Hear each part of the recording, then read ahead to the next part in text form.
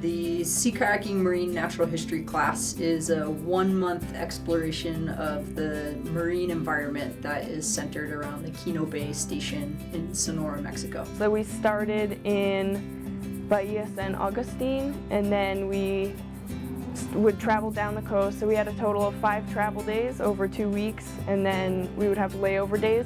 We'd usually have, maybe like a morning lesson about weather, waves, natural history, all sorts of different topics. And then we'd have paddle practice.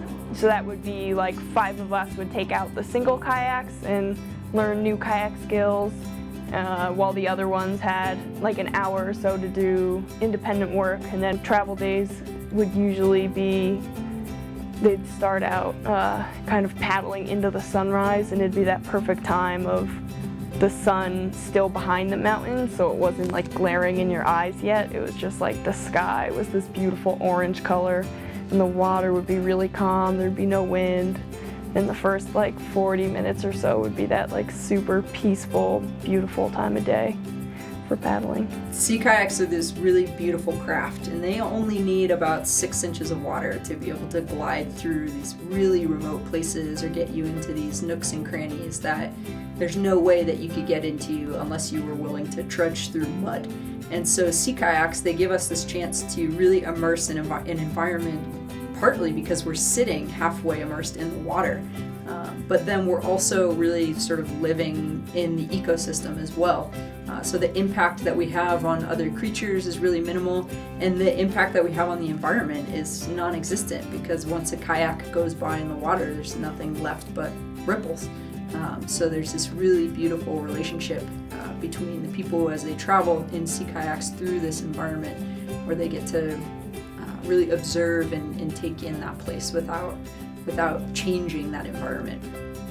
Learning in the environment that you're studying, so especially learning, something like marine natural history, it was really valuable to be, have our classroom on the beach while we're learning about these things. So we had this one vertebrates lesson, so we learned all about different invertebrate phylums and their characteristics and how to identify them.